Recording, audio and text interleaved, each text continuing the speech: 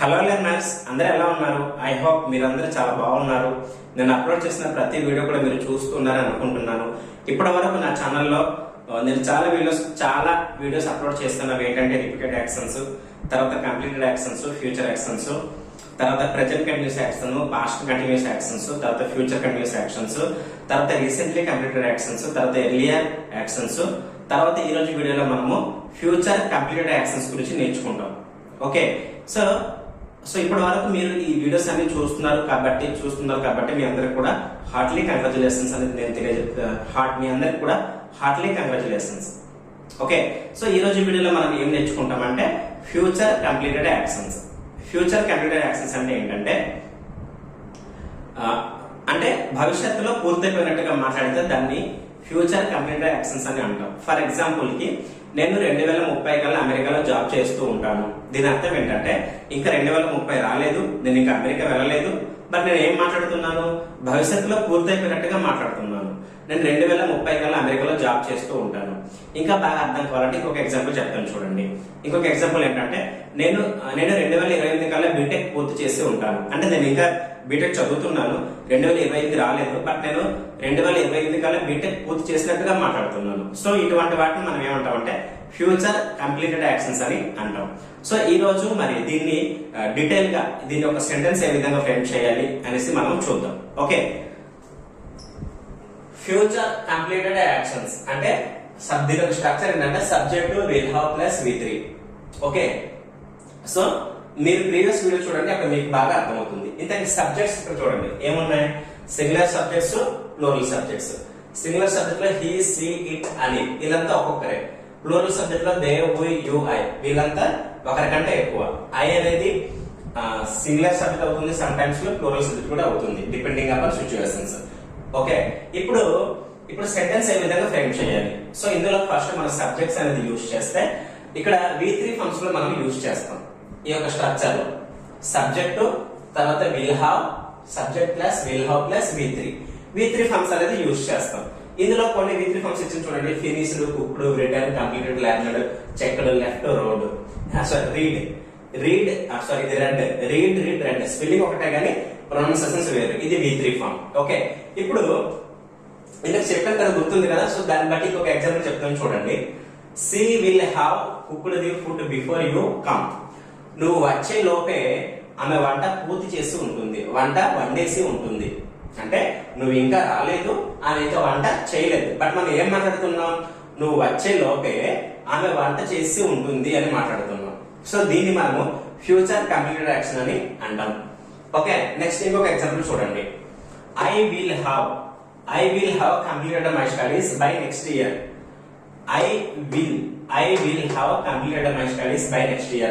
Next year లోపు నా study పూర్తయిపోయి ఉంటుంది, పూర్తి చేసి ఉంటానని మాట్లాడుతున్నాం. అంటే నెక్స్ట్ ఇయర్ రాలేదు, నేను ఇంకా స్టడీ పూర్తి చేయలేదు, బట్ మనం ఏం మాట్లాడుతున్నాం, భవిష్యత్తులో పూర్తయిపోయినట్టుగా మాట్లాడుతున్నాం, ఫ్యూచర్ లో పూర్తయిపోయినట్టుగా మాట్లాడుతున్నాం. కాబట్టి దీన్ని మనము ఫ్యూచర్ కంప్లీటెడ్ యాక్షన్స్ అని అంటాం. ఇప్పుడు దీని ఒక సెంటెన్స్ ఏ విధంగా ఫ్రేమ్ అవుతుందో మనం చూద్దాం. ఓకే, చూడండి, ఇందాక చెప్పిన ఎగ్జాంపుల్ లోనే she will have cooked the food before you came. ఇది ఎలా ఫ్రేమ్ అయిందో చూడండి. She will have cooked the food before you came. నువ్వు వచ్చే లోపే ఆమె వండేసి ఉంటుంది.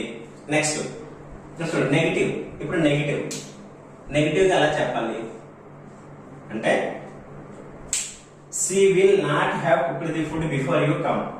అంటే సి విల్ నాట్ హ్యావ్, చూడండి, she will not have cooked the food. Okay, she will not have cooked the food before you come. నువ్వు వచ్చే లోపే ఆమె వంట చేసి ఉండదు. అంటే నెగిటివ్ గా మాట్లాడుతున్నావు. ఇక్కడ పాజిటివ్ మాట్లాడడం కాబట్టి నువ్వు వచ్చే లోపే ఫుడ్ వండేసి ఉంటుంది. ఇక్కడ నెగిటివ్ గా చెప్పాలంటే నువ్వు వచ్చే లోపు ఆమె వండకుండా ఉంటుంది అని అర్థం. ఓకే, ఈ విల్ నాట్ ని మనం కాంటాక్ట్ చేస్తే వచ్చేది ఏంటంటే వోంట్. ఈ విల్ నాట్ ని మనం కాంటాక్ట్ చేస్తే వచ్చేది ఏంటంటే వోంట్. అంటే విల్ నాట్ అన్న వోంట్ అన్న ఒకటే. కాబట్టి ఈ విల్ నాట్ కి బదులుగా మనం వోంట్ తో ఇప్పుడు చెప్పవచ్చు. ఎలాగా, she won't have cooked the food before you come. నువ్వు వచ్చే లోపే ఆమె వంట చేసి ఉండదు. ఇది నెగిటివ్ తో మనం మాట్లాడుతున్నాం. ఇప్పుడు దీని క్వశ్చన్స్ ఏ విధంగా ఫ్రేమ్ చేయాలని ఇప్పుడు చూద్దాం. సింపుల్ అండి. ఈ యొక్క విల్ ని ముందుకు తీసుకొస్తే క్వశ్చన్ అనేది ఫ్రేమ్ అవుతుంది. ఈ విల్ ని ముందుకు తీసుకొస్తే ఏమవుతుంది, క్వశ్చన్ ఫ్రేమ్ అవుతుంది. చూడండి చూడండి will she have cooked the food before you came అంటే ఈ విల్ ని ముందుకు తీసుకొచ్చాను.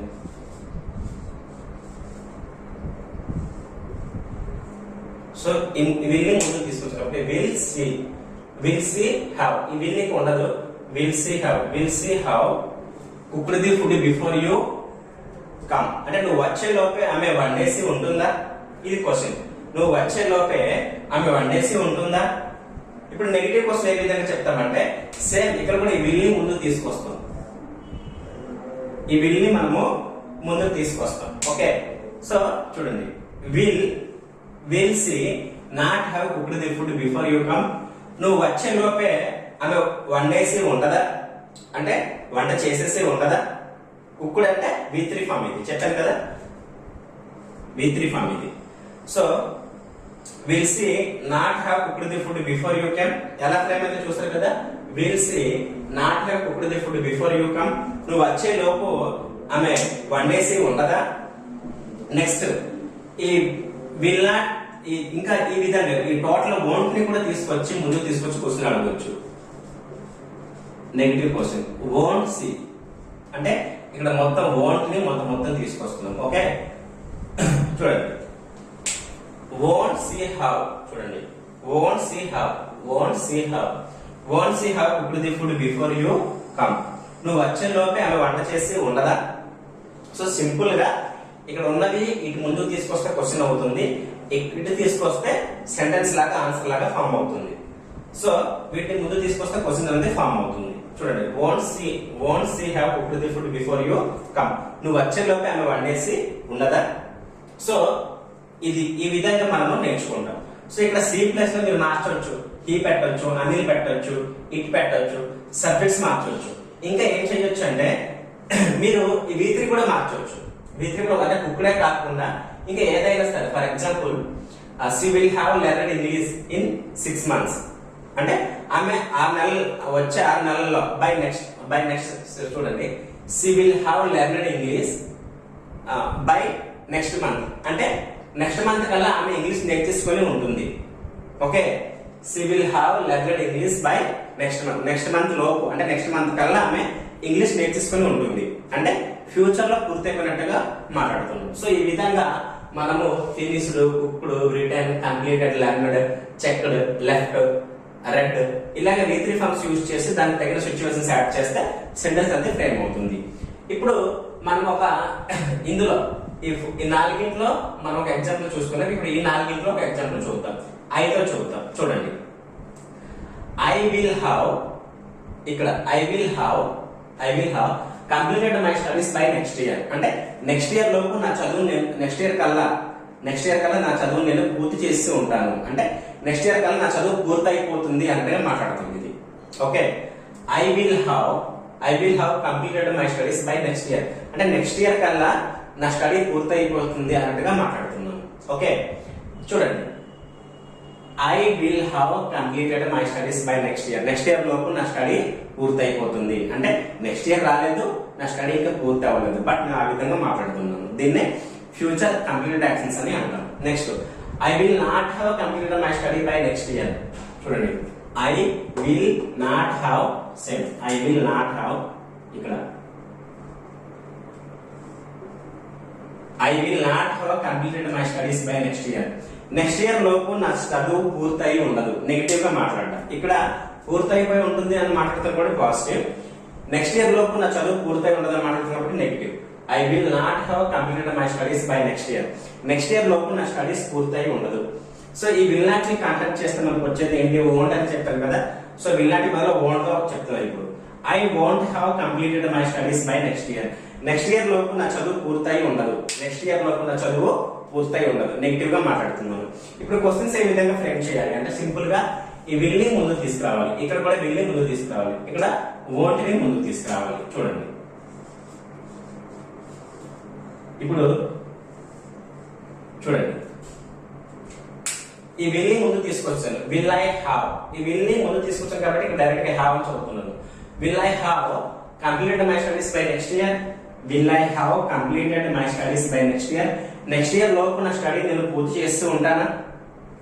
నెక్స్ట్ నెగిటివ్ గా will I not have completed my studies by next year. చూడండి, will I not have completed my studies by next year. Next year లోపు నా studies నేను పూర్తి చేసి ఉండనా, నెగిటివ్ గా మాట్లాడతాను. ఓకే, నెక్స్ట్ డైరెక్ట్ గా ఈ వోంట్ ని ముందు తీసుకొచ్చుకొని మనం అడగొచ్చు. చూడండి, won't I have, చూడండి, won't I have completed my studies by next year. So ఈ రెండు మీనింగ్స్ ఒకటే, ఇది ఒకటే. సో won't I have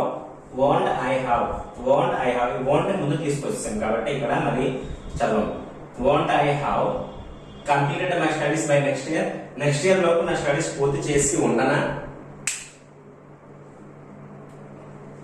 చూడండి చూడండి ఇక్కడ will I have completed my studies by next year. Next year లోపు నా స్టడీస్ నేను పూర్తి చేసి ఉంటానా. Next will I not have completed my studies by next year. నేను నెక్స్ట్ ఇయర్ నా చదువు పూర్తి చేసి ఉండనా, నెగిటివ్ గా. Next won't I have completed my studies by next year. Next year లోపు నా స్టడీస్ నేను పూర్తి చేసి ఉండనా. సో ఈ రెండు ఒక మీనింగ్ సేమ్, ఈ రెండు ఒక మీనింగ్ సేమ్, ఇక్కడ కూడా ఈ రెండు ఒక మీనింగ్ సేమ్, ఈ రెండు ఒక మీనింగ్ సేమ్. సో ఇది లెర్నర్స్ ఈ విధంగా మనం ప్రాక్టీస్ చేయాలి.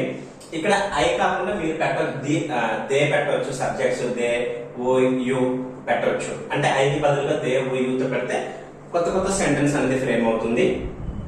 నెక్స్ట్ ఇక్కడ సిచ్యువేషన్స్ కూడా మారుతుంది. ఎందుకంటే దే అన్నప్పుడు మై స్టడీస్ అనకూడదు, దే స్టడీస్ అనాలి. ఓకే, అది చిన్న చిన్న మోడిఫికేషన్స్ మీరు గమనించుకుంటే మీకు వచ్చేస్తుంది. నెక్స్ట్ ఇక్కడ కూడా సేమ్ సబ్జెక్టులు మార్చాలి. తర్వాత ఇక్కడ V3 ఫార్మ్స్ కూడా మారిస్తే సెంటెన్స్ యొక్క మీనింగ్ కూడా మారిపోతుంది. Finished, cooked, written, completed, learned, checked, left, red, ఈ విధంగా మనము డిఫరెంట్ V3 ఫార్మ్స్ తో మనము ప్రాక్టీస్ చేస్తే మనకి ఇంగ్లీష్ బాగా వస్తుంది. సో ఇది లెర్నర్స్ ఈ రోజు వీడియో. సో మీ అందరికి కూడా బాగా అర్థమైంది అనుకుంటున్నాను. ఒకవేళ ఈ వీడియో మీకు నచ్చినట్లయితే మీ ఫ్యామిలీ మెంబర్స్ కి, మీ ఫ్రెండ్స్ కి షేర్ చేయండి. సో వాళ్ళకి మీరు హెల్ప్ చేయండి, నాకు కూడా సపోర్ట్ చేయండి. Thank you.